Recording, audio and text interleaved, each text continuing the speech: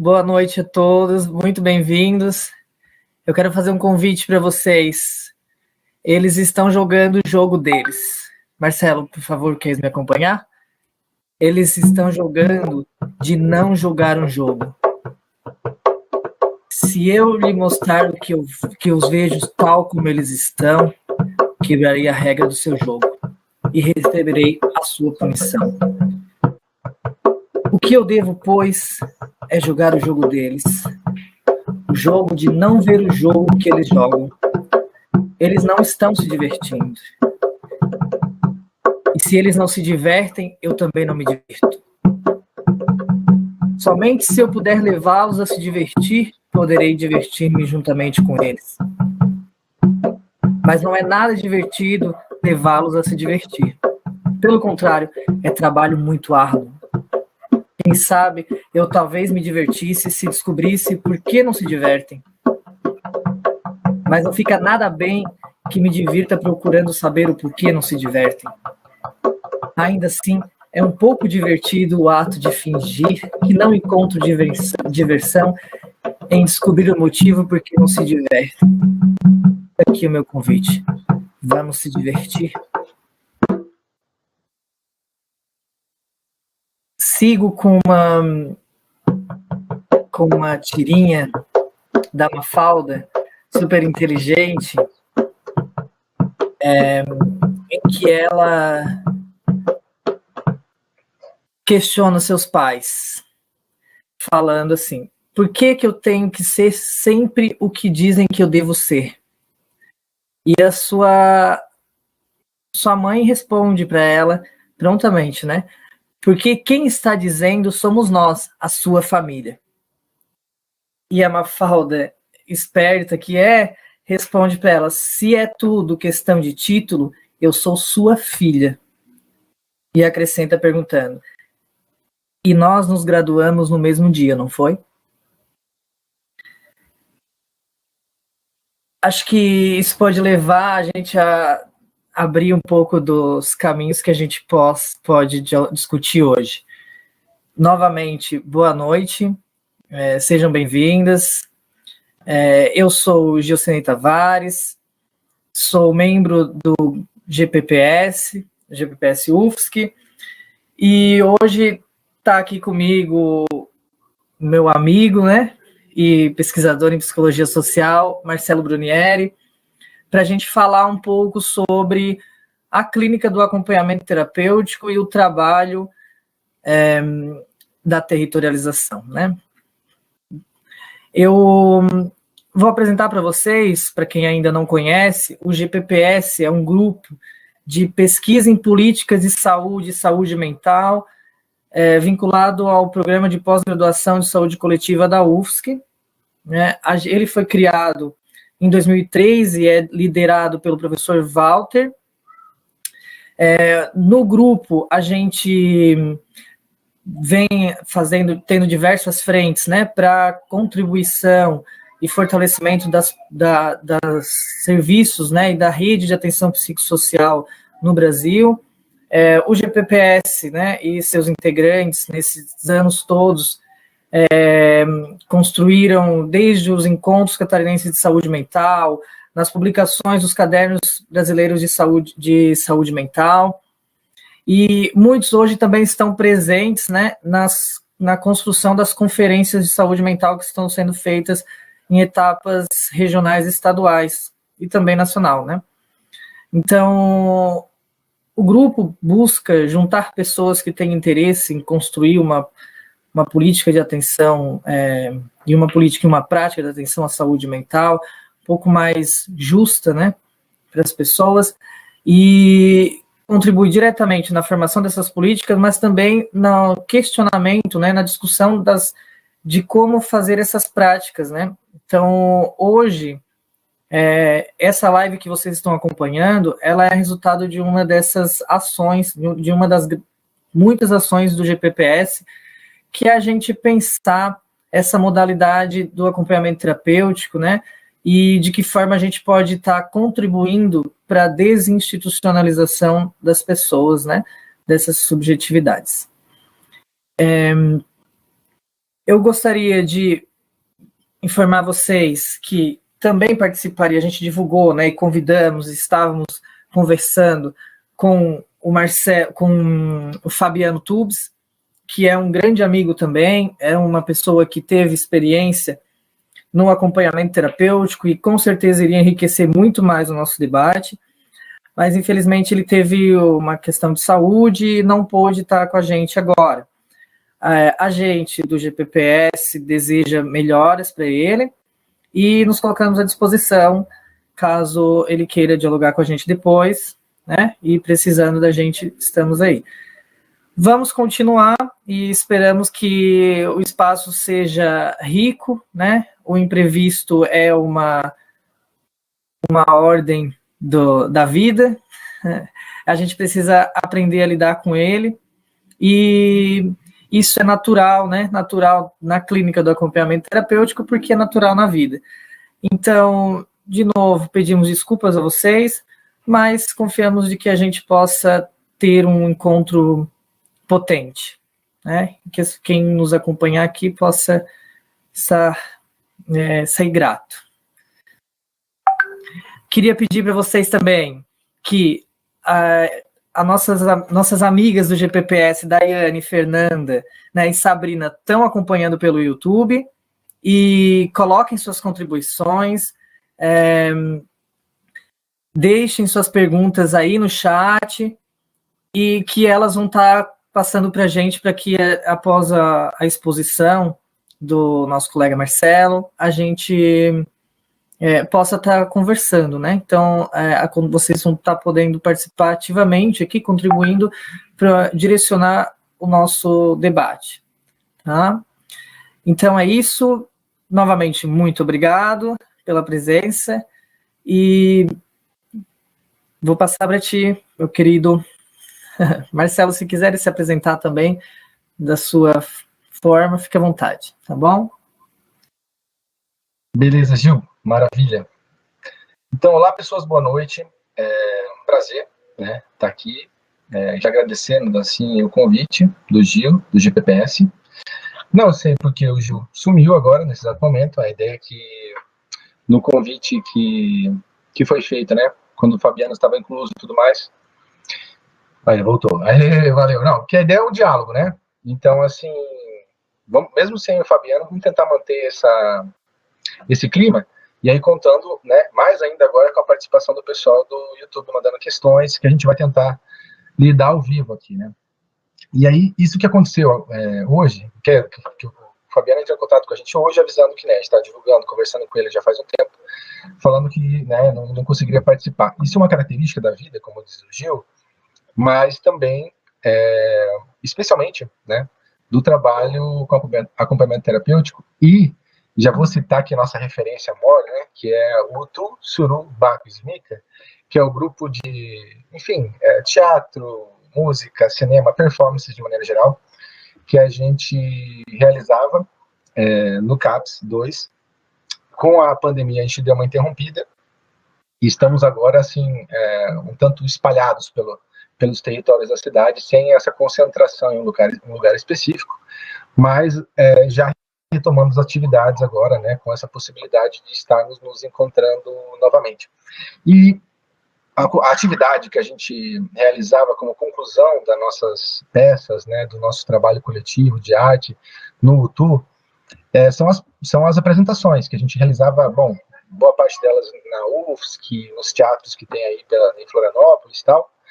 E isso que aconteceu hoje é uma peculiaridade que nos acompanhava sempre toda a apresentação, ou seja, a gente nunca sabia, e nunca sabemos, né, quem estará no dia da apresentação. Isso é uma maneira que a gente trabalha, é uma maneira completamente livre, sem a obrigação da pessoa estar lá, que não seja relacionada ao desejo dela e a possibilidade dela estar lá. Ou seja, ninguém tinha trabalhava com a noia ou com a cobrança de tipo, você tem que estar aqui e tal. Então, como é que ficava isso? Como é que trabalha com uma apresentação que a gente não sabe quem vai estar? Né? Bom, a gente juntava as pessoas, e é isso que eu estava conversando agora, quando começou, a gente estava conversando, eu e o Gil, o pessoal aqui, que acontece, né? Muitas vezes na apresentação da peça. As pessoas estão lá, a gente tem que ver quem está para ver qual cena que dá para fazer, quem pode né, adotar outra cena que não era sua, quem ensaiou o quê, quem acompanhou qual ensaio, e descobrir na hora qual peça que será apresentada. Isso era não só uma ética nossa, mas também um prazer que a gente tem, né, de trabalhar completamente no acontecimento, né, relacionado assim na imanência mesmo, nos processos e como os processos nos surpreendem, né. Bom, então, assim, começando mais formalmente, meu nome é Marcelo Brunieri, eu sou pesquisador em psicologia social, mestre em psicologia, doutorando agora pelo PPGP, integro o NUPRA, que é o núcleo de pesquisas, é o núcleo de pesquisa de psicologia social ali do Departamento de Psicologia na pós-graduação. Eu também sou supervisor local de um projeto de acolhimento a estudantes estrangeiros do PECG, na UFSC, começamos semestre passado. Realizo os trabalhos de acompanhamento terapêutico junto com o do Surubaco Smica, mais ou menos desde 2012, mas de forma mais autônoma desde 2017, 2018, que vem realizando individualmente também, né, porque vamos fazer essa distinção logo mais, que é o acompanhamento numa modalidade mais coletiva e numa modalidade mais individual. Então, da forma coletiva foi o nosso laboratório maior, né, nossa formação, basicamente, e depois a gente também começou a trabalhá-lo individualmente, ou seja, indo de caso em caso, sem esse grupo de encontro que é o nosso grupo de teatro. Bom, além disso, eu também sou editor da revista Psicologia Política. Então, se vocês forem submeter artigos na área da psicologia nessa revista, vou estar lá colhendo os textos de vocês, será um prazer. Sou psicoterapeuta, músico, enfim, várias coisas. Uma das coisas que eu mais gosto, sou pai da Sol, companheiro da Luana, moro no Rio Tavares, perto do Pico da Cruz. Quem vier aqui para o Pico da Cruz, no Rio Tavares, na praia, saiba que tem uma duna gigante para você atravessar, não vai ser facinho, mas é muito legal, muito gostosa a praia aqui. Quem quiser chegar por aqui, depois só mandar um recado, a gente compartilha, né, o e-mail no chat ali, depois para todo mundo. Bom, vou começar falando um pouco dessa experiência, então, Bom, acho que vamos começar por partes, né? Deixa eu te pedir só uma coisinha. Só para a gente conseguir acompanhar melhor tua fala, se tu puder colocar o microfone um pouco mais perto, porque eu acho que ao mexer a gente está afastando e voltando. Ah, tá. Eu tenho esse problema com o microfone aqui do meu computador, então eu vou tentar falar um pouco mais alto. O que você acha? Se tu não perder a voz, tá tranquilo. Eita. Acho que tá dando aqui para escutar, pelo menos para mim. O pessoal pode colocar no chat como tá aí no YouTube. Mas, a princípio, tá tendo uma oscilação, mas não dá para te entender. Tá, maravilha. Se dá para entender, tá. Ó, tá boa a voz. O pessoal tá dizendo aqui. Tá, eu vou falar um pouco mais alto então para garantir, mas o problema é do suporte mesmo aqui do meu computador. Seguimos assim. É o jeito, né? Mais uma. Bom, eu vou começar pro nosso diálogo aqui e para já começar sistematizando, deixar bem organizadinho, para a gente saber do que tá falando. Depois a gente solta no fluxo da conversa, né? Do jeito que rolar, mas eu quero deixar já organizado de início, mais ou menos como o que a gente pretende passar, né? Abordar aqui, pelo menos um pouco. E eu preparei então umas proposições iniciais para o nosso diálogo. Bom, agradecer novamente o convite, né? GPPS, Gil, é um prazer estar aqui. Para mim é sempre uma alegria falar de acompanhamento terapêutico, falar do trabalho que a gente faz. Apesar de ser relativamente conhecido no meio acadêmico, na área prática da saúde, na área prática da psicoterapia, não é tanto. As referências, inclusive, de livros, bibliográficas, não são tão vastas. Então, para mim, é sempre, assim, uma honra, uma alegria muito grande mesmo poder falar desse assunto. Então, obrigado, gente. Convidem sempre. Vamos fazer esse movimento várias vezes. Então, indo para as proposições mais diretamente, né? Uma proposição, né? O acompanhamento terapêutico, né? Estou propondo isso, né? Estou dizendo que ele pode facilitar, ou seja, né, instrumentalizar o trabalho de territorialização. E que a territorialização é a construção de territórios, né, com as pessoas. E isso, para quem está tá na lida, está na frente de trabalho, sabe que é importante, tanto para o trabalho autônomo, mas principalmente também para as políticas públicas, né, que tem o território como um dos seus principais eixos, né, de atuação. Então, a primeira proposição é essa: o acompanhamento terapêutico pode ser uma ferramenta, pode instrumentalizar, pode facilitar o trabalho de territorialização dos serviços ou de um trabalho autônomo. Outra proposição, segunda proposição, acompanhamento terapêutico também pode ser uma prática mais adequada para casos específicos de sofrimento psíquico. Exemplo prático, né? Pessoas que estão dentro de suas casas, que não saem há anos de casa, pessoas que têm dificuldades em transitar por determinados territórios por algum motivo, ou pessoas que têm seus territórios de vida por algum motivo muito concentrados e que a gente busca ampliar, vamos dizer assim. Terceira proposição, e aí espero que vocês estejam prestando atenção, porque é disso que a gente vai falar. O AT pode se configurar como espaço transversal de experimentação, tanto teórica quanto prática, ou seja, é aberto para todas as disciplinas, e não só para as disciplinas, mas também para todos os saberes que as pessoas trazem, né? Existe uma abordagem clínica que se chama da transdisciplinaridade, né? O pessoal denomina assim, mas que se refere ao quê? Esse nome complicado. Se refere a você estar aberto não só para os seus conhecimentos de cientista, de especialista, mas também para o conhecimento que brota desses territórios. Então, foram o quê? Foram 3 proposições aqui principais.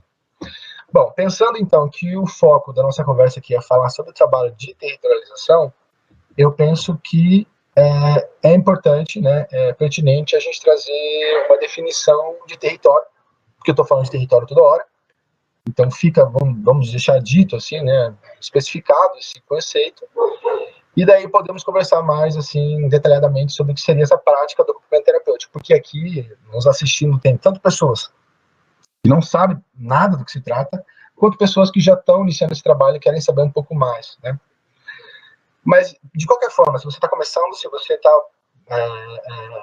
já está há um tempo praticando, o conceito de território é importante ser revisitado, sempre a gente fazer uma reflexão sobre, né? Existem vários conceitos de território, mas um que a gente comunga tanto com políticas públicas quanto abordagens que temos realizado pesquisas no Brasil, é o conceito de território do Newton Santos. É um conceito de território que não vamos dizer assim, não se refere ao espaço, e raramente é isso que se refere ao território, não é o espaço bruto, né? Não se trata de um lugar, o território, não é só um lugar, não significa isso. Se bem que um lugar também é construído. Mas o território, ele sempre quer indicar, de alguma maneira, que ele é um espaço coletivamente produzido, né? E o coletivamente aqui não é só humano, ele é também o bioma, as outras formas de vida que existem ali na interação com o ser humano. Então, primeira coisa, né, esse território ele não é dado a priori, ele é sempre construído a partir do que da ação, né, da praxis. Então, é a partir da prática, a partir da relação com esse espaço que o território se faz. Então, por isso que é importante a gente atentar para as possibilidades que essa definição pode nos gerar. Bom, colado nessa definição do Milton Santos, que ele vai trazer em várias obras, mas principalmente, assim, acho que a mais célebre é aquela Natureza do Espaço, acho que a última edição, deixa eu ver aqui, a última edição está em 2002 que eu encontrei. Para quem não sabe, Milton Santos foi um geógrafo brasileiro, um intelectual muito importante nas ciências humanas, nas ciências geográficas, enfim, em várias ciências no Brasil. Depois pesquisem, é um grande intelectual mesmo. Natureza do Espaço é um livro que ele aborda bastante essa questão, essa definição de território. Ele vai dizer que o território ele é sempre, bom, além de construído a partir das práticas, sempre atravessado por linhas verticais e horizontais, sempre atravessado por instituições e relações. Vamos ver isso assim, mais distintivamente. As linhas verticais são as instituições, as relações de poder. Ou seja, pensando aqui que instituições que frequentam geralmente um território. Imaginem qualquer território aí que vem à cabeça de vocês. Né? Instituições que a gente consegue identificar assim rapidamente. Né? A própria instituição moradia, ou seja, como que historicamente as pessoas habitam um lugar, é um tipo de instituição. A instituição família, que eu acho que aqui a gente pode considerar que são umas das principais instituições que existem no território, né? A instituição familiar. E, no caso, né, de pensando assim, em políticas públicas ou até uma abordagem autônoma, as organizações estatais e privadas que existem nesse lugar, né? Ou seja, as formas de trabalho, os serviços públicos que existem nesse território, tudo isso constitui, então, as linhas verticais do território. As linhas horizontais são aquelas produzidas aqui, entre a gente mesmo, as relações humanas, relações com o ambiente, né? Horizontais porque são relações de vizinhança, então que a gente se coloca mesmo num comum, né? Compartilha. São as relações em que a gente compartilha, né? E aí, tanto na família quanto fora, as relações que a gente tem no dia a dia, com quem a gente conversa, com quem a gente, enfim, constrói o espaço. Que vai ser, vamos dizer assim, tem seus atravessamentos de poder por causa das instituições, claro, mas que funcionam de uma maneira mais livre. Eu estou trazendo essas definições para vocês porque uma coisa importante para a gente pensar em relação a T é a ética na qual ele funciona. Porque um acompanhamento terapêutico, além da sua definição técnica, que é o que a gente vai trazer primeiro aqui, e até tem uma pergunta aqui que jogaram aqui no chat, que diz sobre, né, o aspecto técnico do acompanhamento terapêutico. Mas, sobretudo, o acompanhamento terapêutico ele é uma abordagem ética. E ele pode ser aplicado, já respondendo aqui a colega, pode ser utilizado, enfim, por diferentes áreas, da psicologia, da psiquiatria, da psicanálise, da enfermagem.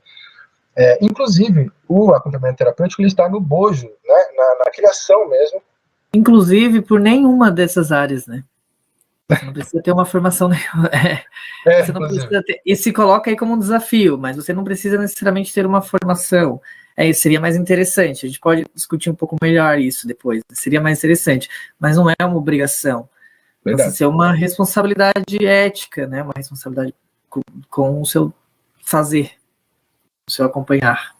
Sim, é verdade. E isso está, vamos dizer assim, relacionado com aquilo que eu falei sobre a transversalidade e sobre a relação com os saberes que o território tem, ou seja, ele não necessariamente é praticado por um especialista, mas eu não costumo trazer muito assim, pelo menos na abordagem inicial, essa questão, porque pode confundir as pessoas a achar que o acompanhamento terapêutico também é uma coisa meio que você pode, né, fazer assim, tipo, estou fazendo o acompanhamento terapêutico. E isso não tem uma construção coletiva, porque uma coisa que é muito importante no AT, mesmo com especialistas ou não, ele é construído por essas linhas horizontais, ou seja, ele é sempre construído na coletividade e na reflexão crítica. Né? Ele não é uma prática dada, ele é uma prática que tem que ser sempre produzida, tanto na ação, mas também intelectualmente, ou seja, tem que se analisar o que está sendo feito, né? Não é só a gente fazer ele e pronto, fazendo a T. Não, você tem um resultado da prática e é legal você ter é imprescindível, na verdade, você ter um grupo, um coletivo, uma organização que seja qualquer, para você dar essa devolutiva e construir coletivamente. Mas bem pontuado, Gil, porque a questão justamente aqui da ética pega nesse sentido, né? A ética que a gente trabalha no acompanhamento terapêutico é a ética que a gente poderia comparar com a da amizade, né? Não somos amigos, somos profissionais contratados muitas vezes, não temos uma relação prévia com as pessoas, na maioria das vezes. Você pode ser contratado, a pessoa te liga e fala, eu quero um acompanhamento terapêutico. Isso é bastante comum na área da psicologia, menos em outras áreas. Mas dizer que a ética que predomina é da amizade significa que ela está na dimensão das linhas horizontais, ou seja, a gente não tenta vetorizar a pessoa com o nosso saber, nosso suposto saber, nosso saber de especialista. E a gente traz a ética da amizade como um exemplo, porque se você parar para pensar, o que constitui a amizade, né? A gente tem várias relações de familiares, né? Pai, filho, mãe, filha, namoro, casamento, tal. Todos esses papéis, eles têm alguma prerrogativa, eles não existem por existir. Eles têm alguma coisa, uma expectativa que o papel gera na relação. E a amizade é quase que dos únicos casos que a gente não tem uma expectativa, assim, a não ser de ser acolhido, né? Tem até aquele ditado que o amigo não julga, né? Tipo assim, você vê, a amizade é uma coisa tão horizontal que nem um exercício do moral básico, às vezes a gente se presta a fazer. Às vezes o que nos resta numa situação crítica, com todo mundo te aconselhando, todo mundo dizendo para você o que é o melhor, que é alguém que simplesmente acolha você com o que você está ali naquele momento, né? Com a sua presença integral. Por isso que pontuamos com a ética da amizade, a gente pode voltar nisso mais adiante depois, mas vamos seguir aqui. Bom, dito essa parte da definição de território, eu vou dar um exemplo e aí a gente fecha esse ponto. Por exemplo, a relação entre língua e linguagem. Né? A linguagem ela é organizada por uma ortografia. A ortografia é uma instituição, todos sabemos, passamos pela escola, né? Onde a gente é obrigado a aprender a ortografia de uma determinada maneira. Quando você vai para qualquer outra instituição, organização, escrever um texto, fazer um memorando, fazer, né? Qualquer documento é produzido dentro de um formato que a gente foi ensinado a fazer e ele existe um formato correto, né? Então, por isso a linguagem como uma instituição. A gente aprende. Podemos conversar aqui hoje porque todo mundo foi obrigado a aprender uma linguagem em alguma medida, né? Esse sentido da instituição. Mas as relações horizontais, por exemplo, são trabalhadas com a língua. Né? A língua não é a linguagem. A língua é aquilo que a gente pratica. Para quem convive nessa duplicidade que é o mundo acadêmico e o mundo real, a gente sabe muito bem do que se trata, né? Muitas vezes a pessoa, depois de formada, retorna para casa, a família fica tipo, tá, quem é você, né? Que linguagem é essa que você está falando? Você está falando do jeito esquisito, né? Por que você está conjugando todos os verbos? Porque a língua é um pouco mais solto, né? A gente fala dentro da gíria, fala dentro do sotaque, né? E da maneira que é mais localmente entendida. Então, a gíria é um exemplo, né? A gíria, a língua, de maneira geral, é um exemplo de relação horizontal, porque é livre. Ninguém consegue segurar a língua, ninguém fica ou, né? A menos que seja a partir de uma organização ou instituição, ninguém tem direito, o prerrogativo, para ficar cobrando que você fale de determinada maneira. Então, essa relação entre linguagem e língua é um bom exemplo entre as linhas verticais, as linhas horizontais, e é onde o AT entra dentro dessa dimensão da transversalidade, ou seja, né, as pessoas conversam de diversas maneiras, a gente tenta entender qual é a maneira específica de se expressar. Isso, no caso do sofrimento psíquico, é mais intenso ainda, né, porque a coisa de se comunicar, muitas vezes, é a questão, né, tipo assim, se comunicar com outras, às vezes é a questão que a pessoa está passando ali, por ter recebido um diagnóstico. Você fala alguma coisa, Gil, parece? Ah, tá. Não sei os movimentos, achei que você ia falar. Beleza. Bom, para a definição mais técnica, então. O acompanhamento terapêutico é um tipo de prática psicoterápica, a princípio, né? Tipo assim, a qual a gente estuda e desenvolve, tem essa dimensão, né? Para as outras áreas, eles vão, tipo assim, né, as áreas que não são psi, eles vão atentar para outros detalhes. Né? Mas para a nossa área da psicologia, psicanálise, psiquiatria, tem essa dimensão, né, do psiquismo. Que a gente tem que estar atento, né, na intervenção que a gente realiza. Então, assim, pegando como comparativo, né, porque uma maneira mais prática de a gente conseguir definir o AT é pegando comparação com as outras práticas que já existem, né. Existe a psicoterapia, as psicoterapias mais convencionais, que são aquelas que a gente vai até um lugar específico, um setting fechado, geralmente, né, uma sala, ou até, né, um serviço, né, num CAPS, e você é acolhido dentro do espaço que tem lá o terapeuta, você, como cliente, ou às vezes o contrário, né, você é terapeuta, tem a cliente, e é estabelecido nesse local, a pessoa tem que ir até o local para conversar com você. Né? E no AT, para começo de conversa, a gente pode propor um encontro, ou seja, os dois se deslocam, ou a gente vai até a pessoa mesmo, tipo naqueles casos que eu estava comentando no início, em que as pessoas estão em casa e têm um sofrimento em relação a sair de casa. Né? A pessoa não sai de casa, como é que você vai atender ela? Como é que o serviço público chega nas pessoas que têm um sofrimento, né, psíquico em relação a sair de casa? Isso, a princípio, parece mais um problema, por exemplo, só do SUS, né? Que tem ali, né, o acompanhamento terapêutico como uma ferramenta histórica na sua construção. O acompanhamento terapêutico no Brasil e o SUS, eles têm uma relação umbilical, né? Os dois se estruturaram juntos. E o SUS tem essa preocupação com o território, né? A rede de atenção psicossocial, mas o SUS, de maneira geral, ele tem essa, né, traz nas suas diretrizes essa questão de ir até as organizações, ir até as pessoas e os territórios, construir com as pessoas na medida do possível. E aí a gente já pode analisar, né, fazer uma análise da conjuntura e pensar o quanto isso tem avançado ou não desde a criação do SUS. Né? Mas também não é um problema só do SUS, né? É um problema também, por exemplo, da assistência social. A assistência social, por mais recente que seja, ela pega desafios tão comuns aí como da área da saúde.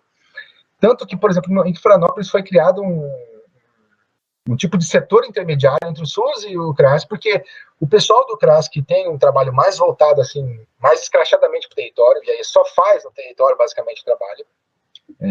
Claro, tem os serviços que o CRAS também oferece lá na unidade, mas o trabalho mesmo de avançar na construção do serviço da assistência social é de ir no território, ponto. Isso está, assim, mais do que declarado. Não tem ali distribuição de remédio, não tem ali, né, fazer algum tipo de consulta, não tem ali essa coisa de atender urgências cirúrgicas, não. A assistência social tem como missão principal essa construção de território. E aí a gente pode pegar a assistência social no Brasil e suas políticas públicas como um estudo de caso para pensar o acompanhamento terapêutico, porque se inspira no SUS, né? E o SUS, como o SUS e o acompanhamento terapêutico têm essa relação umbilical, a gente pode entender que tem uma relação indireta. E eu trabalhei um tempo no serviço aqui do CRAS, né? Acompanhei algumas unidades aqui em Florianópolis, fiz uma pesquisa também com outros municípios no sul aqui do país, lá com o pessoal do NUPRA, que eu mencionei, né, no Núcleo de Pesquisa de Psicologia Social, em que a gente encontrava casos dessas pessoas trancadas em casa, dessas pessoas que não saíam de casa. E aí, tá, mas você nunca foi no CAPS? Não sai de casa. E aí se criou aqui em Florianópolis um setor que muito tempo foi ali coordenado pelo professor Felipe Brognoli, em que fazia esse, né, porque o assistência social, o CRAS, também tem essa função de encaminhar para outros serviços, né, o que ele vai encontrando como demanda. Então, criou-se um setor só para encaminhar para o SUS e para agentes que poderiam ir até o território, esses casos, porque o CRAS encontra, né, muito esses casos de pessoas que não saem ali do seu território. E por mais que pareça para a gente inacreditável, por N motivos, os territórios estão cheios de pessoas assim. Se você pensar, por exemplo, a condição das pessoas que são analfabetas, que não se deslocam muito ali com ônibus ou com aplicativo, com nada, que transitam na medida que dá para ir a pé, elas são super concentradas em um tipo de território. Então, existem vários exemplos em que as demandas que chegam ao serviço público, elas estão no território e muitas vezes os serviços não vão ao território. Então, por isso que eu estou pontuando aqui o acompanhamento terapêutico como um instrumento, como uma ferramenta muito adequada para esses casos, né? Para essa abordagem. O que entra aí de desafio nesse ir ao território, né? Ir no cotidiano, quando essa prática é dentro dos serviços de política pública? Recentemente a gente estava estudando sobre o AT e aí, se não me engano, a Fernanda trouxe um exemplo justamente do CRES, em que eles acompanhavam também uma pessoa, e esse encaminhamento para o CAPS, às vezes o CAPS não tem condição de acompanhar, então fica esse negócio, né, o ideal e a prática, assim, essa diferença, como tu enxerga esses desafios da prática do AT dentro da política pública, porque, enfim, a gente entende que da potência que né, esse acompanhar, essa clínica no cotidiano, e que a prática do AT tem sido muito autônoma, né, para profissionais que trabalham, estão sendo oferecidos para pessoas que conseguem e têm condições de pagar, né, que hoje olham e consegue e pensa numa alternativa para a pessoa que está em sofrimento dentro de casa e acha que não é aquilo que merece. Porque a realidade das pessoas mais pobres é procurar o sistema de saúde, né? E de que forma a gente dá conta dessa grande demanda, porque existem muitas pessoas que hoje estão institucionalizadas nas suas próprias casas, né? Assim, como tu enxerga isso? Sim, tem as pessoas que estão institucionalizadas dentro de casa e tem as pessoas que estão no território, mas não estão em casa, né? Que é das pessoas em situação de rua. Então, que também estão relacionadas ali, são atendidas por algumas políticas públicas, nem sempre. Não vou falar nada sobre esse tema agora. Não, até sobre a população de rua, eu acompanhei alguns exemplos na abordagem social quando existia aqui em Florianópolis, de fazer busca mesmo, de identificar os locais, mapear os locais onde a pessoa circula e verificar se as pessoas estão fazendo seus acompanhamentos, por exemplo, no CAPS, né? Então, assim, exige minimamente um trabalho em rede, né? Exige uma comunicação dos serviços, dos profissionais. Então, assim, claro que esse fazer e esse ir vai ter que bater de frente com a alta demanda, com o processo de trabalho, com a organização de trabalho desse serviço, com a formação, né, o entendimento desses profissionais desse serviço, porque, como tu começou falando, assim, o AT dentro da academia, ele é bastante discutido, mas não sei se a gente for conversar com alguns profissionais ou com a comunidade, se eles vão saber o que é, como que é, o que, né, define o que é o AT, de que forma a gente pode estar trabalhando para além da clínica. Estou me fazendo entender? Sim, eu estou entendendo que você falou além da clínica, mas é uma abordagem clínica, né? Então, assim, e diria assim, é discutido na universidade, mas, assim, primeiro, não é tanto que você sabe, a gente se formou ali no mesmo curso, e não é, assim, a porta mais aberta, né, aonde as pessoas vão parar, né? Tipo assim, se você soltar no automático, raramente você vai parar dentro do AT, se você for dentro das linhas hegemônicas.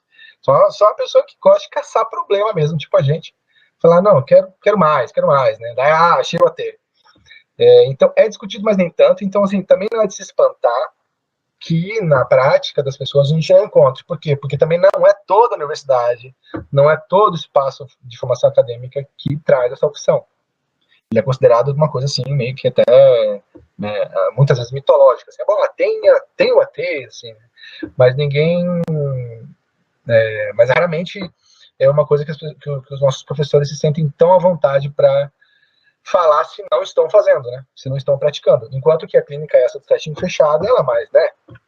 Tem 50 mil escolas de clínica que abordam essa mesma coisa, da pessoa estar ali numa sala e como que desenvolve a partir da fala, que daí é outro ponto que vou trazer agora, foi uma das questões que você levantou, uma das vantagens do AT, né? Porque o AT, ele lida com a pessoa integralmente, né? No acontecimento. De preferência, no acontecimento que é a questão para a pessoa. Por exemplo, a pessoa tem uma questão em relação a sair de casa. Existe um desejo? Existe o desejo de sair de casa? Bom, então vamos trabalhar para ampliar esse território. Isso é uma coisa que, se você parar a pensar, como é que eu vou abordar na terapia da fala, né? A pessoa, primeiro, não vai chegar, né, lá no teu território, mas no teu consultório. Mas se a gente teletransportasse ela, se não fosse essa questão, né, ela teria que falar para você, né, tipo assim, pensar sobre, a gente tentar trabalhar ali a partir da razão, os medos, os limites, o que está impedindo essa pessoa de circular mais, quais as relações sociais e tal. Enquanto que o AT vai até a família da pessoa, vai até onde as questões brotam, e a gente consegue acompanhar ao vivo o que está acontecendo. Não precisa uma interpretação, entendeu? Existe interpretação porque a gente também tem um olhar teórico, mas não uma interpretação sobre o fato. O fato a gente está acompanhando, a gente está vendo ali o que está acontecendo. A gente vê coisas que às vezes a pessoa não traria, que ela não lembraria, que ela mesma não tentaria, que ela não se tocaria de trazer para a gente, se a gente fosse esperar ela trazendo uma fala. Mas a gente está vendo, a gente vê os detalhes, a gente acompanha. Então, assim, uma das coisas que eu acho magníficas no acompanhamento terapêutico é essa possibilidade que ele tem. E eu sempre destaco isso porque é uma das coisas que raramente outra abordagem vai te trazer, né? Se não for numa modalidade nômade. E aí a gente pode pontuar mais uma vez para um nível mais introdutório. Então, assim, se fosse resumir numa porrada só, nem a gente respondeu agora há pouco lá nas enquetes do Instagram lá. O que seria o AT é a prática clínica que a gente faz em movimento. Às vezes esse movimento é dentro de um quarto fechado, mas a ideia é, tipo, movimentar, né? Se for, no caso, né? Se for relacionado ao desejo da pessoa. Os desejos, no caso. E esse movimento pode ser, inicialmente, isso, de você até a pessoa, mas frequentemente a ideia é ampliar esse território, ou seja, circular com a pessoa. Então, assim, sair dessa casa, caminhar no quintal, do quintal na rua, ou ir até algum lugar social específico que produza alguma fobia, principalmente quem tem a abordagem da TCC, que trabalha nessa interface, acompanhamento terapêutico TCC, essa coisa de uma exposição ao estímulo, né, em relação à fobia. Então você vai com a pessoa até as situações que produzem a ansiedade nela, conversa com ela em ato, do que está acontecendo ali. Eu não sei, sinceramente, quando eu falo sobre AT, eu não sei como que ele não é a abordagem mais hegemônica, sinceramente. Porque eu entendo como, tipo, aqui cabe mais pessoas, né? Aqui cabe mais casos, tanto aqueles das pessoas que traduzem as suas questões pela fala, quanto as que não traduzem. Então, assim, o AT cabe todo mundo, né? Inclusive quem não fala muito, né? O que fala de uma maneira meio... Que nem os casos que a gente acompanhou muitos ali no CAPS, né? Que a pessoa, para se comunicar, já é uma questão, né? Já é um desafio ali, para passar para você alguma coisa através de palavras. Mas, dependendo do que se trata, às vezes não é necessário, né? E passo a passo com essa linguagem. Às vezes você pega na mão da pessoa mesmo, às vezes você acompanha ela com um olhar, enfim. A gente está com o corpo inteiro no AT, né? Não só a coisa nas áreas psi, a gente fala muito da escuta, né?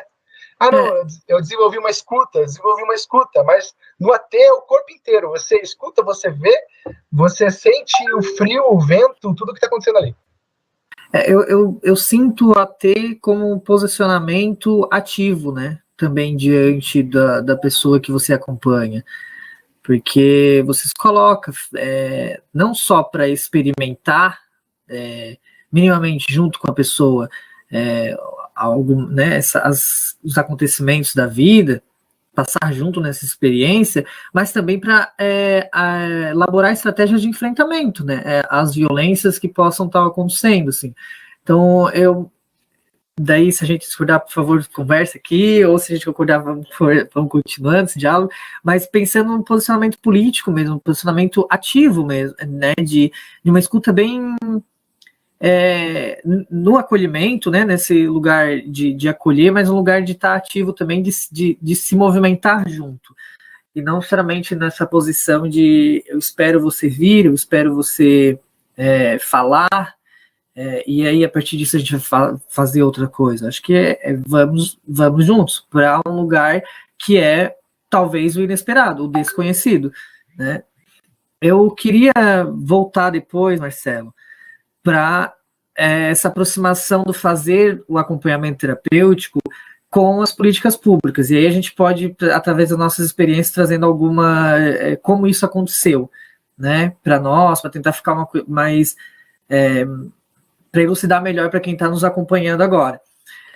Mas antes disso, eu queria trazer uma reflexão que a Denise colocou aqui para a gente, quero compartilhar contigo, e uma pergunta do Rafa. A Denise fala o seguinte: vivenciei assistentes sociais e terapeutas ocupacionais que se propuseram a ser AT. Na minha experiência, o AT se constituía na realidade apresentada e no vínculo estabelecido com os profissionais do CAPS. Aí ela já apresenta um pouco do AT dentro da política pública mesmo, né? Deixa aberto para tu comentar e em seguida já te lanço a pergunta do Rafa. Não, perfeito esse comentário, porque uma outra maneira que a gente pode resumir essa prática é essa de fazer com, né? Acho que o Fernando está ali no chat falando com o pessoal, o Gabriel também, falando das suas experiências, e é bem isso, assim. É uma prática clínica que você faz com. Você não é ali o terapeuta e a pessoa é o, né, tipo assim, você tem conhecimentos, a pessoa também tem, vocês somam esses conhecimentos para trabalhar sobre a questão, né? Mas não tem essa coisa que você falou, passiva, né? Isso que você falou é perfeito, porque o AT tem muito essa implicação ético-política. Implicação ético-política, acho que eu colocaria assim. Por que ético-política? Porque ética, pensando na ética da amizade, você não é neutro. Você quer alguma coisa, sabe? Se a pessoa vem até você, se ela está passando por um sofrimento, você bancar esse lugar cínico de tipo, não, é a pessoa que quer. Não, você quer. Qual que é o seu trabalho? Qual que é a sua função ali, né? Não é expandir as possibilidades da pessoa, não é produzir saúde. Então você tem uma implicação, né? Então esse lugar neutro, o AT, ele escancara, né? Esse caráter que às vezes os acadêmicos mais afiados já vem com a crítica na ponta da língua, né? Não, mas a gente não é neutro, porque mas assim, a prática continua a mesma. Você fica ali parado, ouvindo, e você não intervém, você não faz não produz uma intervenção direcionada para algo que você está percebendo ali a partir do seu corpo. Isso é uma possibilidade que a gente vê dentro do AT muito frequentemente, e não acho que é tão frequente assim nas abordagens que a gente faz em setting fechado. E a outra é implicação política mesmo, porque nessa da ética entram as questões políticas. E isso, bom, aí a gente pode pensar de diferentes abordagens, né, terapêuticas que inclusive, não só abordagens terapêuticas, mas o pessoal menciona ali assistência social, ou, né, outras práticas de saúde ou de territorialização, que a gente é capaz de enxergar alguns atravessamentos, como de gênero, de raça, de exclusão social. Bom, você vai fechar... A pessoa está falando de um sofrimento individual, tudo bem, mas você vai excluir, né? Sendo que você está observando que é isso que está produzindo o sofrimento da pessoa. Aí também a gente consegue entender por que não é tão frequente o AT na academia e em outros espaços, porque ele é desafiador. Ele escancara relações de poder. Então, assim, aí você começa a ver porque, não, deixa quieto essa história de AT aí, não vamos falar muito sobre isso, né? Isso aqui é mais uma modalidade só, né? Porque, claro, tipo assim, quando você vai colocar a mão na massa, é super difícil, você tem que se colocar de corpo inteiro. Não tem como você se salvar ali. A gente sabe que em todas as abordagens, o corpo é o instrumento, né, do terapeuta. É a partir do corpo que a gente sente, que a gente entende o outro. Mas no AT isso é declarado, não existe ali um segredinho, né? O suposto saber ali que eu sei, eu guardo, fico ali, né, fazendo uma cara blasé. Não, é uma coisa que está de cara já escancarada.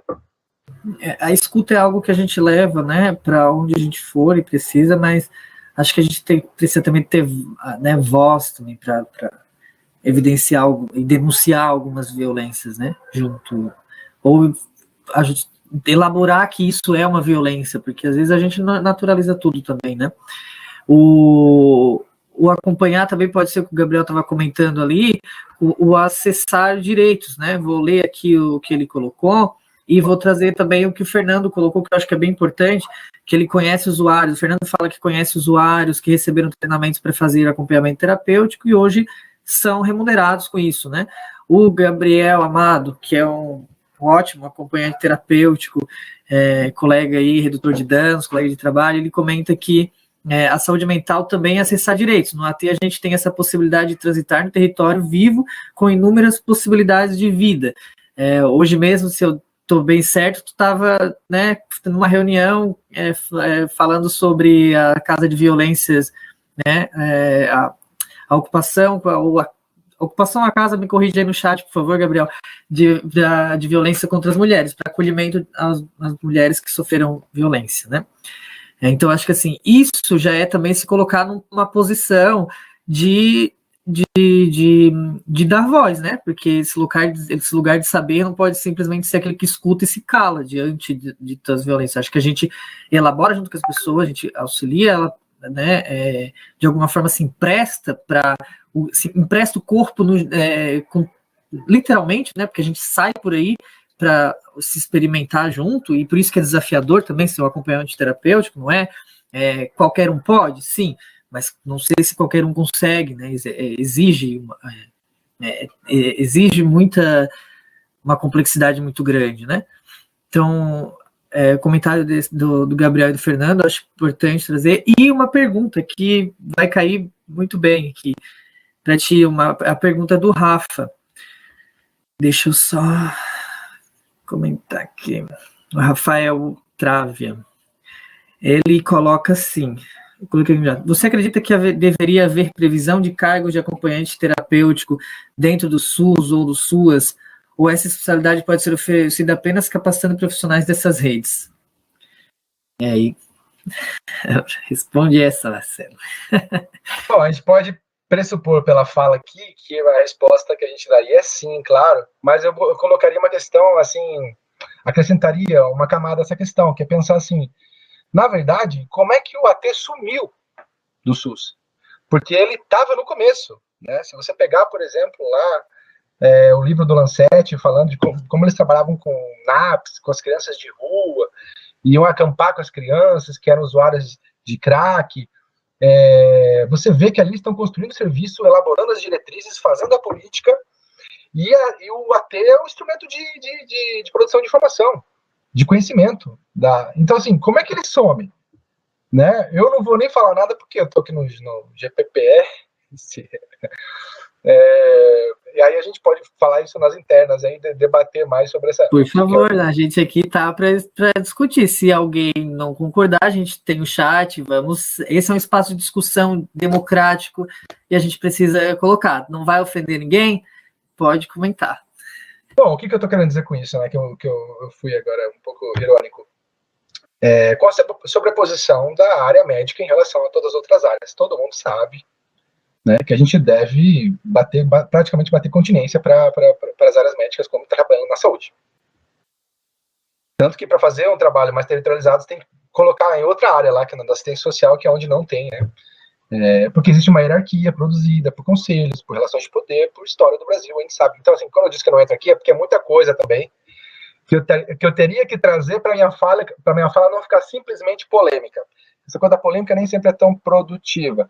Mas basicamente é isso, o AT sumiu. Na história do SUS ali, ele estava ali no começo. É com ele que construíram a política. Daí, de repente, ele sumiu. Então, assim, há de se ficar com essa questão. Eu, pensando aqui nas coisas que a gente poderia falar, eu estou agora em dúvida sobre o nosso teto. A gente tem um teto de horário? Vamos continuar. A gente já entramos num debate, né, numa coisa dinâmica, que orgânica. Vamos continuar assim. Se o pessoal, se na nossa fala forem surgir outros comentários, eu imagino que já deve ter. Às vezes eu consigo dar uma escapadinha para ler umas mensagens. Aí, a gente vai dialogando e continuando, tá? Pode continuar. Não temos teto por enquanto. Tá. Perguntei do teto porque tem a gente está falando aqui bastante agora do acompanhamento terapêutico praticado por um ou uma profissional, né, em relação ao território. Tem equipes, mas tem também um tipo de realizar esse trabalho, que daí, como eu falei inicialmente do nosso grupo de teatro, o Fernando, inclusive, foi um dos fundadores do grupo, o Túcio Urubaco Smica, que é o acompanhamento terapêutico coletivo.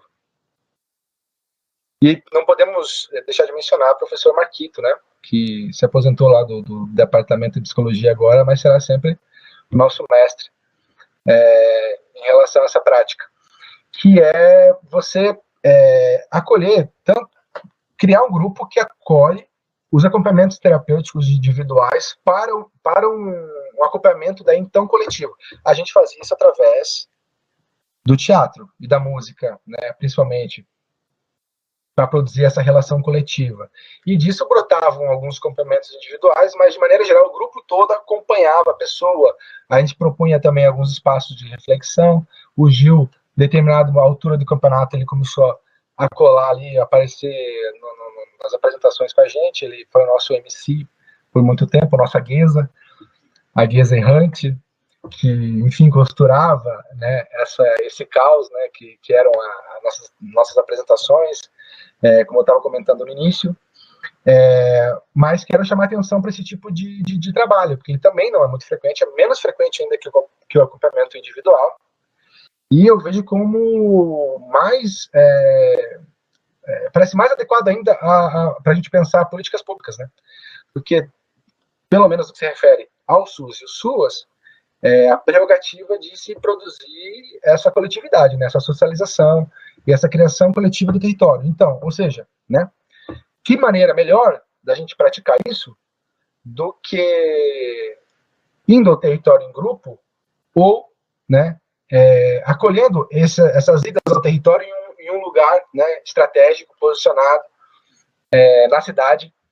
E aí, no nosso caso, a gente se locomovia, né, com a maneira que a gente conseguia, né, às vezes com mais ou menos recursos, para socializar essas existências. Então, assim, no final das contas, as peças eram só um dispositivo, no qual a gente tentava, que a gente tenta, na verdade, né, carregar os corpos para diversos lugares da cidade.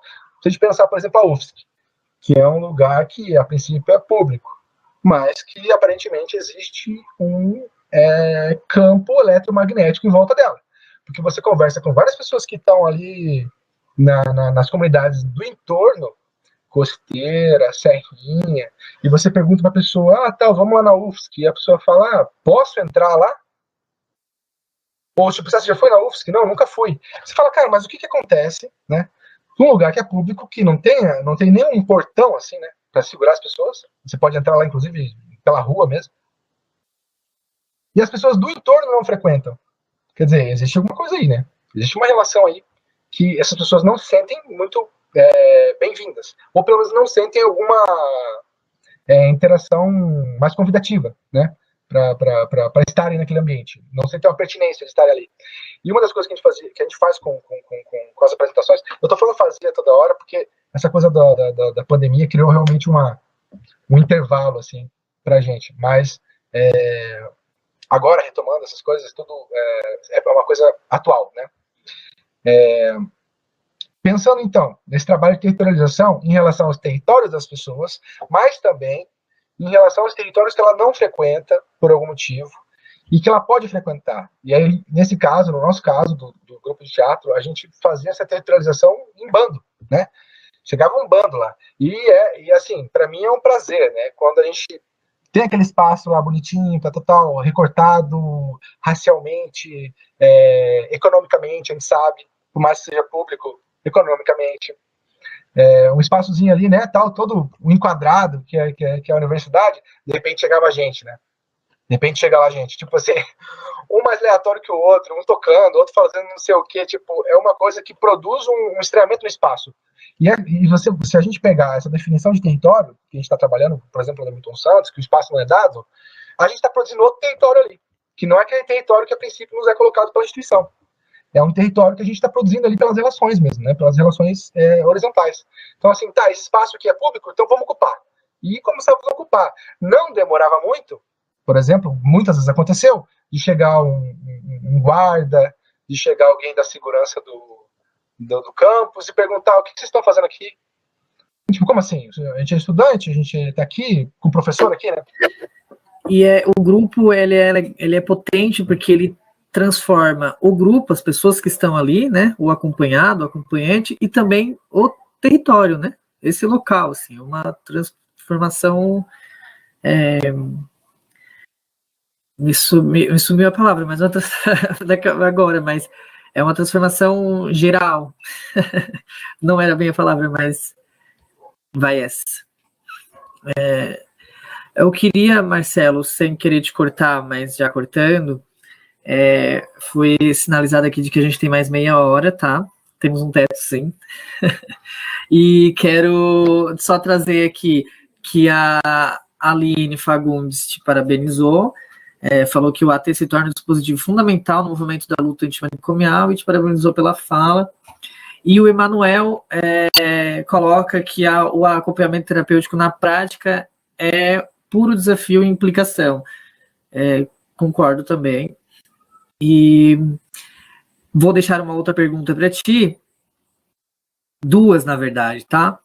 Uma que a Denise coloca, que eu acho bem importante, assim, pensando na história, né? Pensando nesse resgate do como surge o SUS, como é estruturado o SUS e como surge o acompanhamento terapêutico. Ela pergunta se os agentes comunitários de saúde podem pode ter sido, de alguma forma, ou de certa forma, como ela coloca, né, um dos primeiros modelos de acompanhamento terapêutico.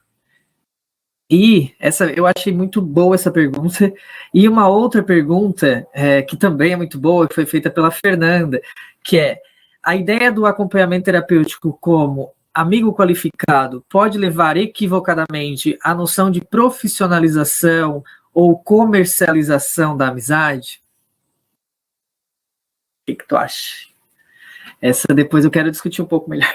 Poxa vida, né? Eu acho que tem que chamar essa pessoa aí para a tela aqui com a gente. Porque a Fernanda tá aqui, né? Tá, Fernanda?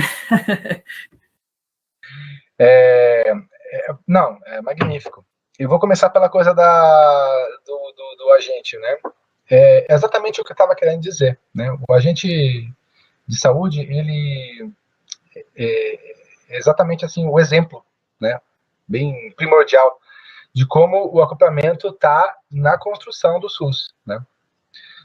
E aí, como exemplo também de que é uma prática interdisciplinar, né? Transdisciplinar, quando a gente vai até os territórios, mas a princípio, na diretriz, já é interdisciplinar, porque o agente ali pode ser de diferentes áreas e vai até a casa das pessoas e faz esse acompanhamento. Então, sim, né? Acho que uma das materializações, digamos assim, da influência do acompanhamento terapêutico no SUS é justamente o ACS.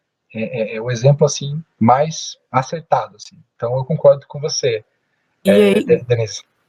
Nessa nossa tentativa de aproximar o que já é muito próximo, né? Porque a ideia de SUS é uma ideia de ir ao território, de trabalhar territorializado no território das pessoas, é o que a gente faz nessa clínica, né, nessa modalidade clínica.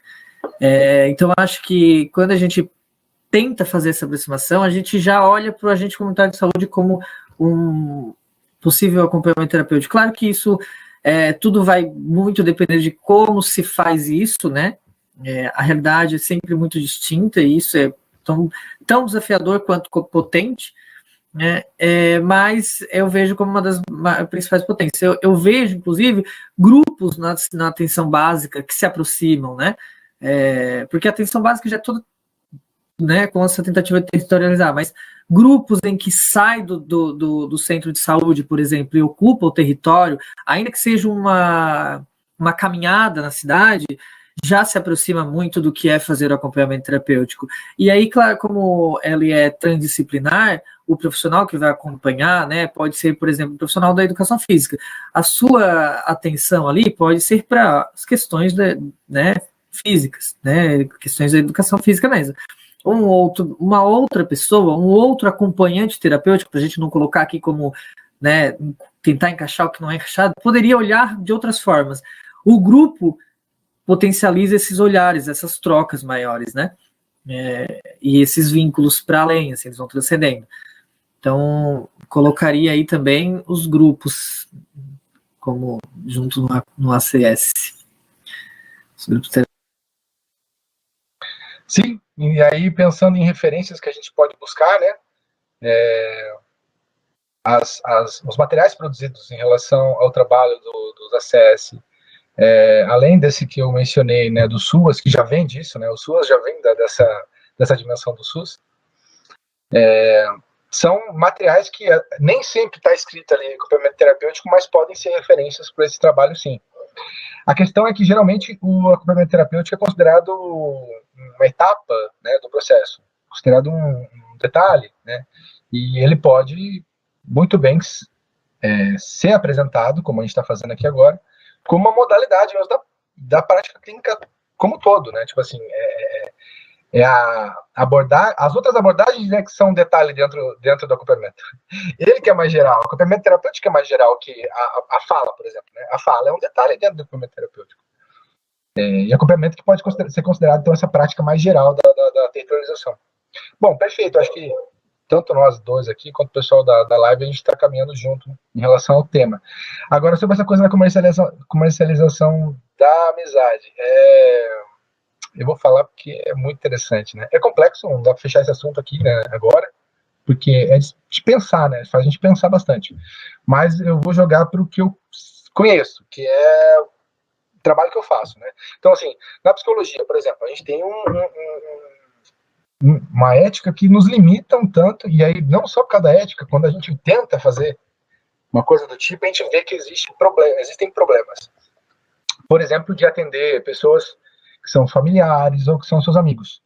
O que a gente faz geralmente nesse caso, e eu estou falando agora da psicologia, tá? Especificamente, do que eu sei, né? O que a gente faz é encaminhar para outros profissionais, geralmente, né? Porque a gente está tão envolvido ali no problema, que às vezes isso pode se tornar um ponto cego, pode se tornar uma questão que limita a nossa abordagem. Mas isso dentro do que a gente pode caracterizar como uma estrutura mais neurótica do psiquismo. É mais por causa da estrutura neurótica que é um problema, e não tanto por causa da produção de saúde. Ou seja, assim, passando por isso, é uma coisa muito complexa tentar abordar, não tinha me preparado para falar sobre esse ponto, assim, mas, por exemplo, eu já fui contratado por um amigo para fazer acompanhamento terapêutico com ele. Como eu não fiz dentro da modalidade da psicologia, fiz dentro de uma abordagem mais ampla do acompanhamento, eu topei a missão. Porque se não fosse por uma prática profissional, eu não ia trabalhar profissionalmente em relação àquele problema do meu amigo, da maneira que eu trabalhei. Então, assim, eu dediquei horas da minha semana, tanto de estudo quanto da prática, para tentar trabalhar com ele em relação a algumas questões. Que, se a gente bota só dentro da prática da amizade, você nem sempre, né? Você não tem um cronograma para falar com seu amigo. É aquela coisa que a gente estava falando da horizontalidade da amizade. Você muitas vezes não tem nem assim, condição de ficar cobrando amigo, né? Essa coisa de cobrança na amizade, inclusive, é uma coisa chata, né? Tipo assim, como é que você não me contou isso? Porque você não me deu atenção aquele dia. Então, assim, muitas vezes essas coisas não cabem numa relação só de amizade. E nesse caso do meu amigo, ele falou, cara, olha, você é um profissional que eu admiro, eu só confio em você e eu tô sofrendo e eu preciso que você dê sua atenção profissional sobre isso. Porque ele sabia que se não fosse a atenção profissional, eu raramente ia conseguir tirar um dia ali e aí a gente tá falando de questões, o quê? Financeiras, né? Tipo assim, deslocamento, agenda, né? Você separar um momento de trabalho para você se dedicar de fato, que é o que poderíamos pensar que distingue uma amizade mais esportiva, digamos assim, de uma amizade que seria trabalhada dentro de um ambiente profissional. Porque dentro do AT, não é basicamente você ser amigo da pessoa e tchau, né? Tipo assim, como se fosse simplesmente a relação de amizade que a gente já tem com as pessoas. Mas vocês têm um projeto, vocês têm objetivos, e vocês trabalham em relação a isso, para caminhar em relação a esse projeto e produzir coisas. E assim, se em determinado momento você acha que você não está conseguindo realizar aquele projeto que você combinou com a pessoa, você abandona o caso, né? Fala assim, não, Ana, eu vou ficar aqui só como seu amigo mesmo, porque eu não consegui te ajudar enquanto terapeuta. Que não fosse assim, então a gente não poderia pensar que existe uma diferença entre a pessoa ser um civil e um terapeuta. Não, existe. Né? Qual que é a diferença do papel de você ser um amigo e você ser um terapeuta? Existem essas diferenças. Então, mas é muito polêmico, assim, de entrar, assim. Eu não ofereço, por exemplo, né, para meus amigos, assim. Não é uma coisa que eu saio falando, me contratem, né? Não é por aí. É polêmico, eu quero me arriscar. Eu adoro a polêmica. Eu penso um pouco sobre esse termo, né? Amigo qualificado. Porque eu acho estranho chamar alguém, né? O que qualifica um amigo para ser acompanhante terapêutico, não, assim. Mas eu gosto de ser visto do vínculo da amizade, né? Dessa ética da amizade também como acompanhante terapêutico. Agora, esses desafios, essas implicações que está na prática terapêutica, não é da amizade. A gente encontra direto as pessoas ouvindo, e as pessoas só não falam, eu sou teu acompanhante terapêutico, porque elas não conhecem. Senão, mas a gente escuta muito, eu estou agora sou teu psicólogo, não precisa ser psicólogo, porque eu já estou te escutando. Não, isso não é a psicologia, isso não é um acompanhamento terapêutico. Você é um amigo que acolhe, que escuta, e aí eu acho que assim, você faz o que as pessoas deveriam fazer umas com as outras, né? É ser humano mesmo. Agora, eu acho lindo esse vínculo que a gente defende, esse vínculo mais horizontal da amizade, na prática clínica, porque a gente também nos coloca no local de desconstrução desse local de saber. E o acompanhar exige isso, nos exige isso.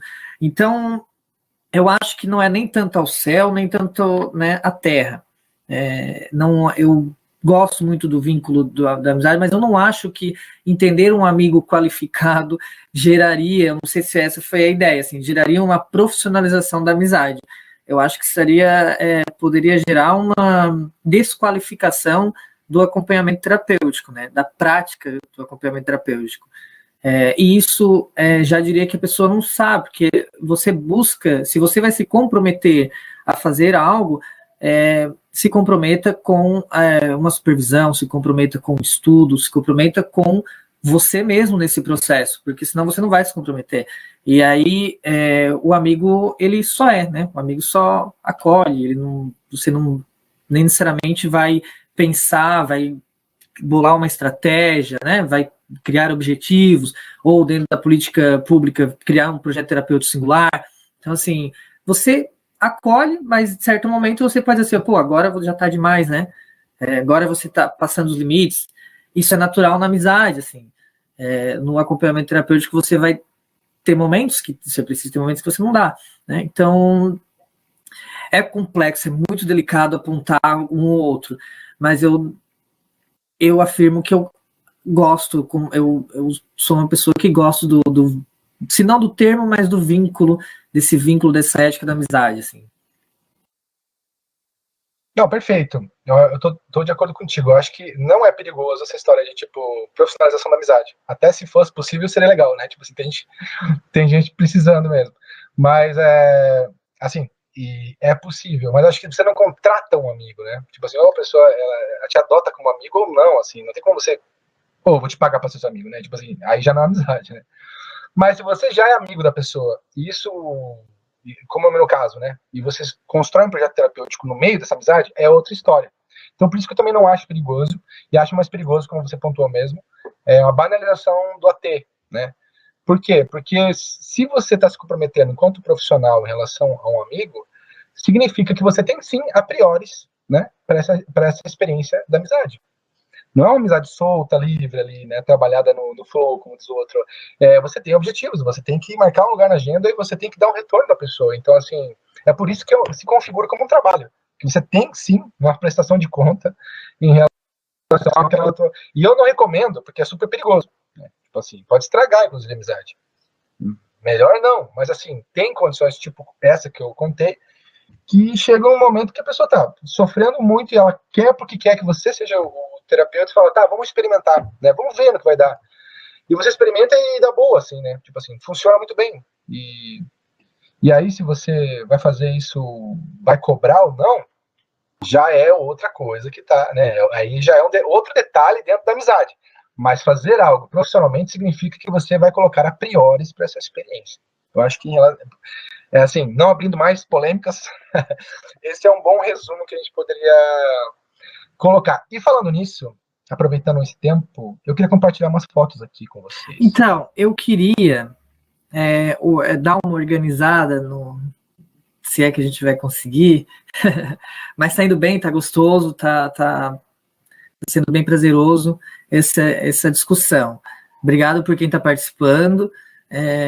Continuem aí, a gente já está finalizando. A gente tem uma última pergunta, Marcelo. Tá. Legal. E aí essa é uma pergunta bem importante para a gente continuar falando sobre a aproximação do AT, né, nas políticas públicas e finalizar essa resposta para essa pergunta, eu gostaria que tu trouxesse essas fotos, porque eu acho que seria bem, bem legal finalizar com elas, tá? Foi a Cristiane, me corrijam se foi, a Cristine Nobre colocou o seguinte: como pensar a formação continuada dos profissionais envolvidos na rede de apoio? Na rede de apoio.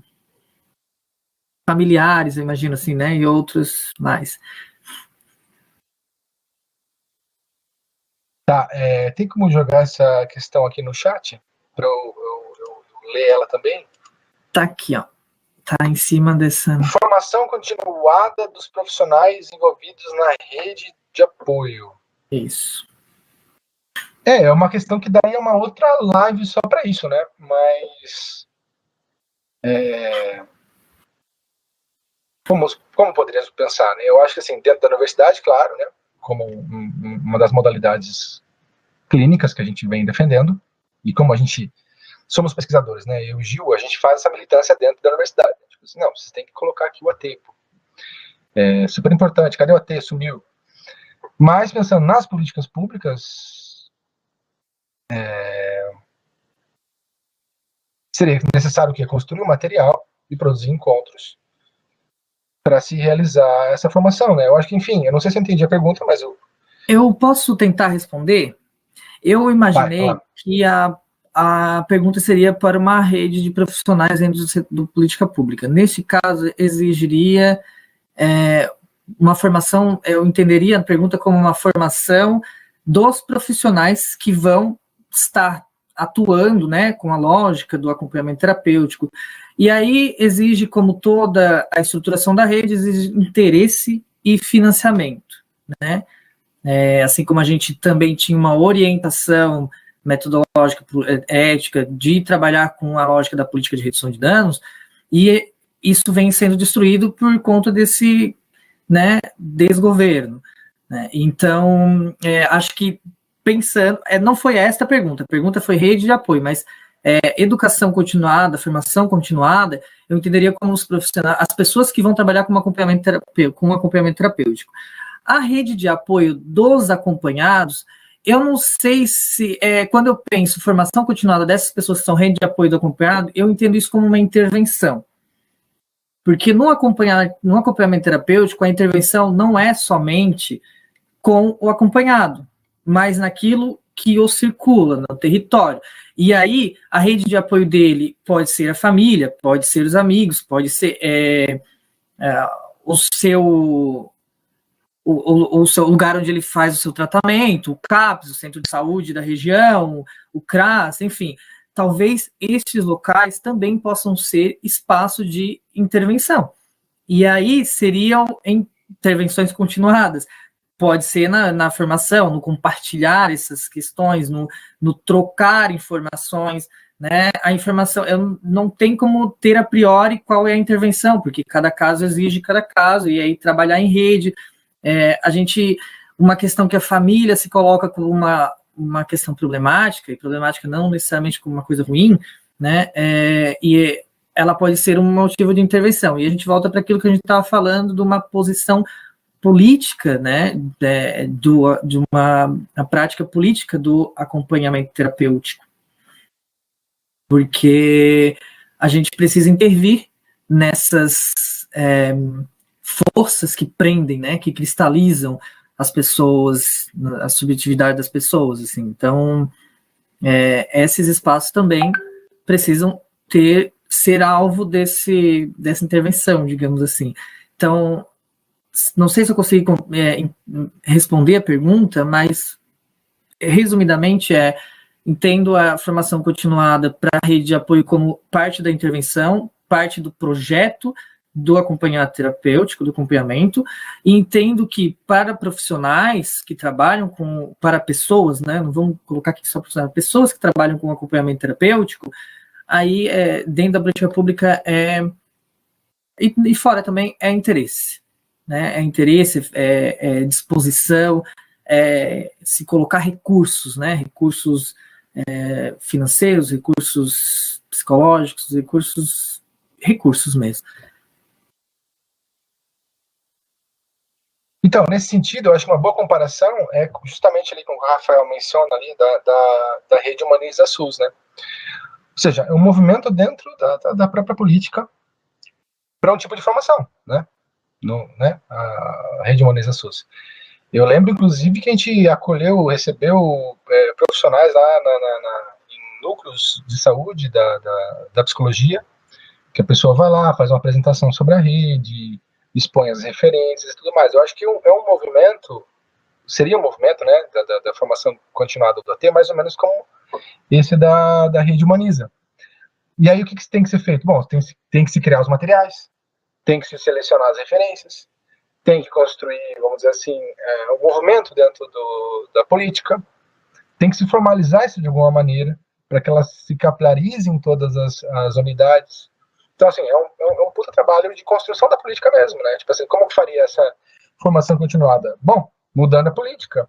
E aí, no que nos cabe, enquanto produtores de conhecimento aqui dentro da universidade, é mais ou menos isso, tentar sistematizar o que seria essa prática, discutir ela coletivamente, como a gente está fazendo aqui, em outros espaços, produzir materiais para servirem, né, de referência para as formações.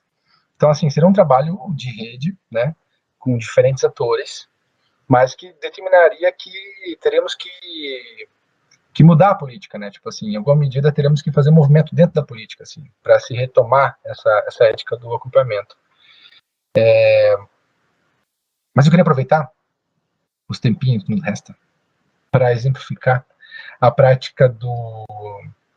E aí, obrigado pela pergunta aí. Quem foi que fez mesmo? A Cristine Nobre. Cristine Nobre. Obrigado, Cristine. Nos fez pensar e eu vou levar essa para minhas reflexões agora.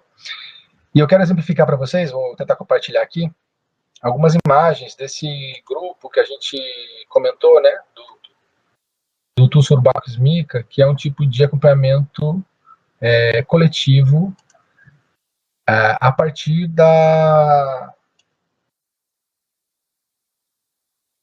né, de práticas artísticas, né? No caso, mais especificamente, as performances, né? Vocês estão vendo? Está vendo, Gil? Gil? Ai, desculpa, eu estava falando aqui sem o microfone. Tô sim. Tá vendo? Tá. Bom, aqui é uma apresentação que a gente fez na frente do auditório. A princípio era para fazer dentro do auditório da UFSC, mas pessoas estavam de fora, a gente achou mais interessante fazer nesse espaço aberto para interagir mais com as pessoas, né, na horizontal mesmo, porque o grupo tem essa característica. No centro ali é o André, também é um membro de longa data do grupo. Aqui a Lisa, lendo suas poesias, né? A Lisa também participou do grupo por bastante tempo e a gente tentava inclusive comercializar no final dos encontros essas poesias para gerar uma grana.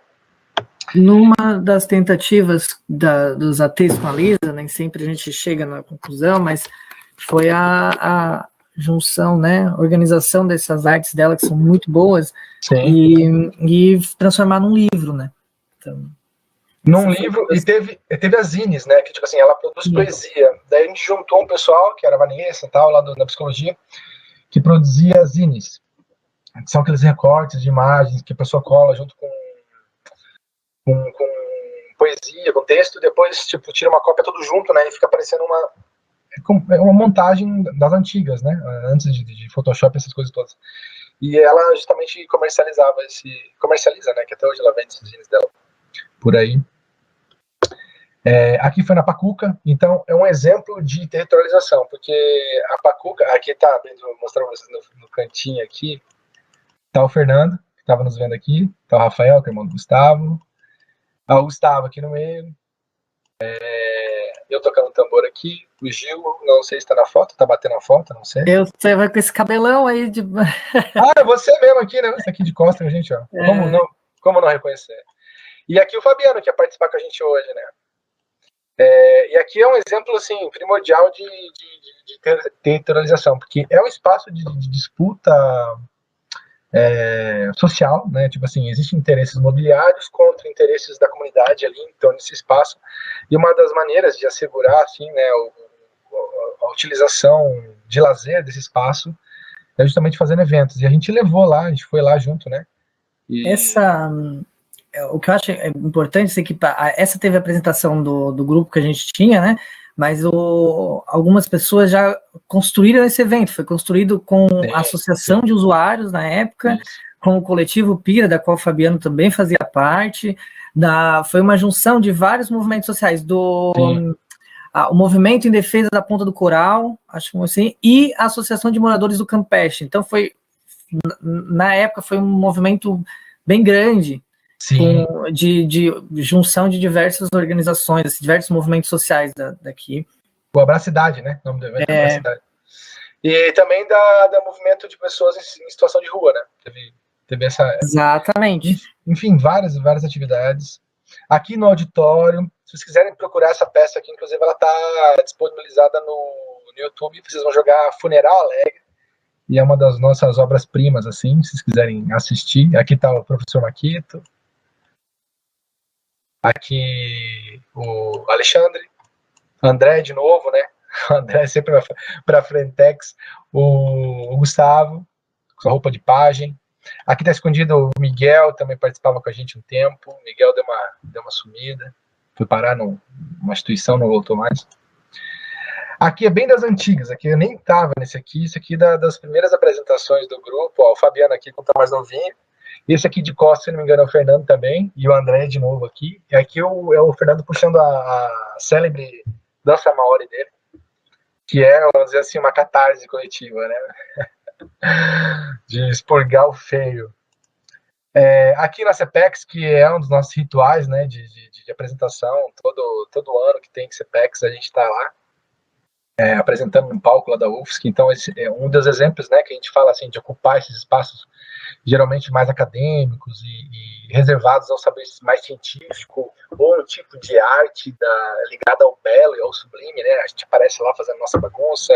Então, o pessoal da percussão aqui, o Raso, o Fabiano, o Adilson aqui, saudoso Adilson, saudade dele, o André de novo, né? Porque, enfim, ninguém segurou o André.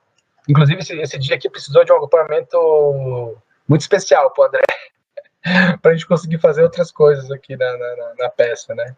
E aqui o Gil atrás, o Gil de Maluco Beleza. Nossa, eu não me achei aí, não tinha me achado. Aí você aqui, ó, sempre que se apresentasse, enroscava esse óculos aqui no cabelo. Eu falava, Gil, já tira esse óculos já antes da apresentação, porque... Fazia parte. Aqui foi num evento que, se não me engano, foi o CRP que estava organizando, que dá uma panorâmica nossa, né? Aqui tá o Gustavo, eu, a Jo, o Zeva, o Maquito de novo, o Matheus, a Augusta, o Pedro, você aqui de novo de Maluco Beleza, Matheus, o Ranieri, o Fernando aqui atrás, que o Fernando estava inclusive fazendo coisa de massagem, né, nesse encontro. Enfim, uma galera. Aqui foi no auditório de novo, já era outra peça, que era depois da Guesa, né? Qual que era mesmo? Esqueci o nome da peça. Ou era Guesa? Só para loucos.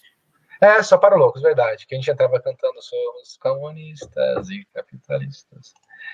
Aqui foi na Unisul, olha só, uma coisa inusitada, assim, nos convidaram lá pra gente apresentar lá no centro, daí a gente fez uma bagunça lá e tal. Nosso estilo. Para vocês terem uma noção, assim, né? Isso aqui na prefeitura, a gente participou de um evento aqui, que é também a Fundação Cascais, vocês podem ver pelo logo aqui. Tem uma galera aqui. Então vocês podem ver pelas fotos aqui, cada vez tem alguns atores que sempre parecem, por exemplo, assim, eu que sou super noiado com essa coisa de organização de horário e local. Estou em várias, né? O Maquito estava em quase todas também, Gil também. Mas vocês vão ver que vai mudando, né? Tipo, aqui já tem outras pessoas, e outros usuários e tal. Mas Fabiano, Gustavo, sempre ali presentes. Bom, era isso. Só para dar um gostinho para vocês da nossa alegria.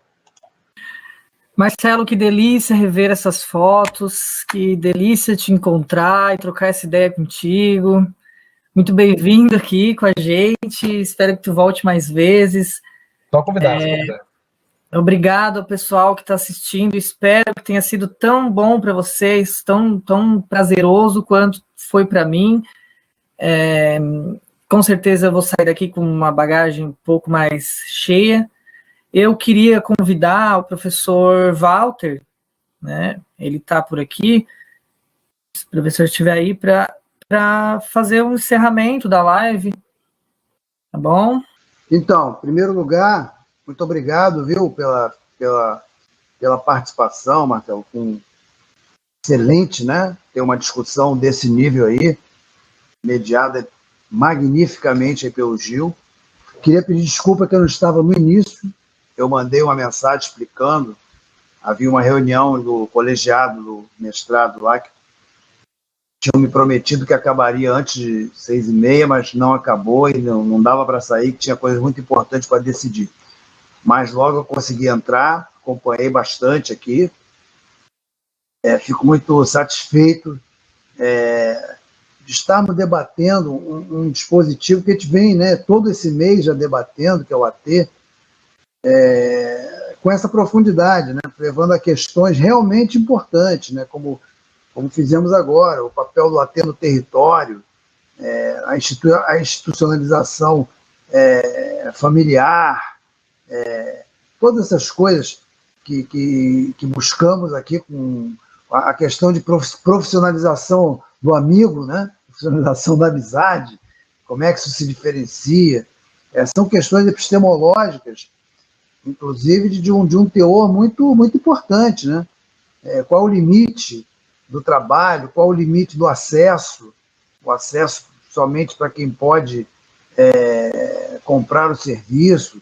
Então tem uma série de coisas aqui que a gente certamente não esgotou aqui, mas que abre para nós, principalmente no grupo de pesquisa, motivos para um aprofundamento de continuidade muito grande, uma contribuição muito importante. E eu quero de novo parabenizar o Gil pela tenacidade, porque tivemos dificuldades com esse tema em particular esse mês, houve alguma dificuldade, mas o Gil continua aí tenazmente lutando para que a gente tivesse essa apresentação hoje aqui. E só posso agradecer, convidá-lo a voltar quando quiser aí, quando pudermos, para debater mais, aprofundar quando tivermos mais questões. E agradecer a todos que participaram do grupo, que eu espero também, assim como o Gil, que tenha sido bom como foi para mim. Estar ouvindo, estar vendo uma pessoa da prática, né? Uma pessoa que fala de dentro, não está falando de uma teoria, não está falando de uma revisão de literatura, não está falando daquilo que vivencia, que sente, né? Que tem o sentimento, que organicamente experiencia dentro de um dos dispositivos que eu acho dos mais importantes e ainda pouco debatido de maneira geral nas lides, não só acadêmicas, como técnicas, profissionais de serviço, etc. Então, só agradecer mesmo e convidá-lo aí a sempre que tiver à disposição, comparecer aqui no grupo, nos contactar. Será o maior prazer de acolhê-lo aí e estar aprofundando mais essas discussões aí. Acho que é isso, Gil. Obrigado, professor, por receber aí o Marcelo. Obrigado de novo, Marcelo. Pessoal, desejo para vocês uma ótima noite, uma ótima semana. Sigam a gente no perfil do Insta, @ggppsufsc. A gente está postando nossas atualizações, né, ações por lá. E toda última quarta-feira do mês a gente faz esse encontro virtual para discutir, aprofundar alguns assuntos que são importantes para nós, né? Então, obrigado por participarem e espero rever vocês em outros momentos e outras oportunidades. Tá bom? Cuidem-se. Um abração. Isso aí. Tchau, tchau.